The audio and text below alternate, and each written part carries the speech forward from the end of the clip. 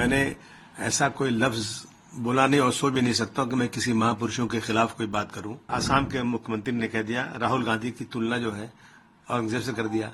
इसके पहले अखिलेश जी की तुलना औरंगजेब से कर दिया। मुझे जो है पूरे सेशन के लिए सस्पेंड कर दिया गया है। मैं समझता हूं ये नाइंसाफी है। प्रशांत कोरटकर और राहुल शोरापुलकर इन्होंने अपमानित किया है। जो अल्फाज बोला मैं अपनी जबान से बोल भी नहीं सकता हूं। वो ये महाराष्ट्र में है, उनको क्यों नहीं पकड़ा जा रहा है? ये सिर्फ क्यों हो रहा है कि बीजेपी सरकार जो है ना वो हर चीज ढूंढती है कि मुझे इससे फायदा कितना होगा। मैं इसलिए वापस ले रहा हूं कि एक इसकी वजह से पूरा एक बाउंडर खड़ा हो गया है। लोग मुझे टेलीफोन में गालियां दे रहे हैं, मैं फोन नहीं उठा रहा हूं। जान से क्यों मार दोगे भाई? मैंने ऐसा कोई लफ्ज बोला नहीं और सोच भी नहीं सकता कि मैं किसी महापुरुषों के खिलाफ कोई बात करूं। लेकिन अब मैं देख रहा हूं कि एक फैशन बन गया है। अभी वहां के आसाम के मुख्यमंत्री ने कह दिया, राहुल गांधी की तुलना जो है औरंगजेब से कर दिया। इसके पहले अखिलेश जी की तुलना औरंगजेब से कर दिया। मतलब क्या होता है? तो औरंगजेब के बारे में मुझसे पूछा उन्होंने कि औरंगजेब के बारे में उनका कैरेक्टर क्या। तो मैंने कहा भाई देखो, मैं तो जमाने में पैदा हुआ नहीं था। हमने तो जो हिस्टोरियन ने जो लिखा, हिस्टोरियन ने वही हम पढ़ के बोल सकते हैं। तो सतीश चंद्रा जी, अद्वी तुरुस्की, डॉक्टर राजीव दीक्षित, डॉक्टर राम पुनियानी, अवध ओझा, मीना भार्गव, ये सब लोगों के कागजात मेरे पास मौजूद, इसमें रखे हुए सारी चीजें, उनके स्टेटमेंट्स हैं। जो स्टेटमेंट्स हैं मंदिर के बारे में, जो डेवलपमेंट के बारे में, मैंने वही बोल दिया कि भारतवर्ष का उसको जीडीपी बहुत अच्छा था और जो है उन्होंने मंदिरों को दान भी दिया है। जो लिखा है इसमें, ऐसा नहीं मेरी मर्जी से, इसी तरह की स्टेटमेंट मैंने दिया और चला गया मैं। अब इससे एक बात यह है कि आपने महापुरुषों को अपमानित किया। इसमें अपमान कहाँ हुआ कि मैंने कैसे अपमान किया? मैं कभी जिंदगी में महापुरुषों का अपमान कर ही नहीं सकता हूं। मैं खुद ही हूं, असेंबली में कई बार मैंने खड़े होकर बोला है कि साहब जो लोग भी किसी महापुरुष का अपमान करते हैं उनको छोटा मोटा नहीं 10 साल की सजा होना चाहिए, क्योंकि फैशन बन चुका है ये अपमान करने का। तो मैंने कहा किया। अब उसके ऊपर मुझे जो है पूरे सेशन के लिए सस्पेंड कर दिया गया है। मैं समझता हूं ये नाइंसाफी है। सर, आपने 2 लोगों का नाम भी लिया जिन्होंने छत्रपति शिवाजी महाराज के बारे में बोला और देखिए प्रशांत कोरटकर और राहुल शोरापुलकर इन्होंने अपमानित किया है। जो अल्फाज बोला मैं अपनी जबान से बोल भी नहीं सकता हूं। वो ये महाराष्ट्र में है, उनको क्यों नहीं पकड़ा जा रहा है? मैंने तो जो चीजें बोला है वो ऑन रिकॉर्ड बोला है जो है, और अगर मैंने जो बोला है वो गलत है तो जिन लोगों ने लिखा है, जो आजकल भाषण करते फिरते हैं, उनसे क्या कार्रवाई हुई? उनसे आपने पूछा क्या कि आप कैसे गलत बातें बोल रहे हैं?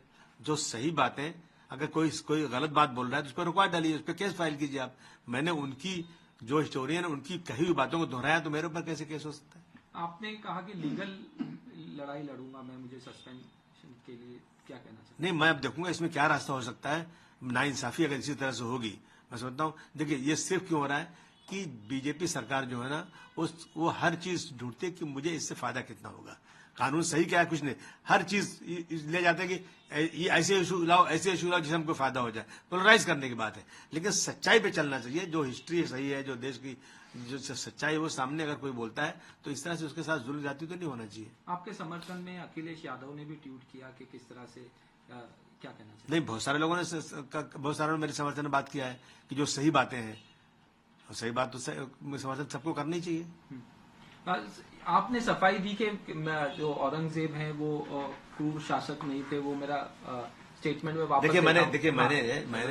मैंने जो कहा था ना, मैं इसलिए वापस ले रहा हूं कि एक इसकी वजह से पूरा एक बाउंडर खड़ा हो गया है। लोग मुझे टेलीफोन में गालियां दे रहे हैं, मैं फोन नहीं उठा रहा हूं। जान से क्यों मार दोगे भाई? और अभी स्पीकर साहब ने मुझे सस्पेंड कर दिया। तो इन चीजों को लेकर के असेंबली चले, एक छोटी सी बात के ऊपर, एक छोटे से स्टेटमेंट के ऊपर जबरदस्ती का आप जो है बाउंडर खड़ा करोगे। इसलिए मैंने कहा कि मैं अपनी सारी बात वापस लेता हूं भाई, स्टेटमेंट वापस लेता हूं।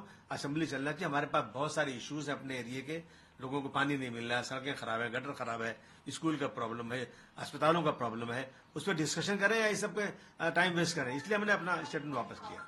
सर, एक आखिरी सवाल, MIM की तरफ से बयान आया कि समाजवादी पार्टी बी टीम है बीजेपी, और आपको लेके भी कहा कि उनके फेवर में बोलते हैं क्या? तो मतलब इसका मतलब हम काम करना छोड़ दें, हम असेंबली जाना ही बंद कर दें, ये काम ही बंद कर दें। अगर इस तरह के इल्जाम लगाएंगे लोग मतलब इसका मतलब अगर मैं बीटी हूँ और ये टीवी वाले जो मुझसे आगे कुछ सवाल कर रहे थे या ऑर्गेनाइज किए गए थे बीजेपी की तरफ से, मेरी तरफ से, आप इंक्वायरी कर लो, मेरी ब्रेन मैपिंग कर लो, क्या सही क्या गलत है। फालतू बातें ये सब है। आपने कहा कि तबीयत भी खराब थी इसीलिए असेंबली नहीं गए और आज इस तरह से नहीं देखिए, असेंबली तो मैं कल तबीयत खराब फिर भी असेंबली जाता मैं, लेकिन इतना हंगामा था कि लोगों ने कहा मत आइए आप। और आज जो है जैसे असेंबली शुरू हुई वैसे सस्पेंशन का ऑर्डर आ गया। आपको धमकी दी जा रही है, केस भी हो गया आपके ऊपर। हाँ, दो केसेस भी हो गए। किस लिए केस हो गया? गलती क्या मेरी है?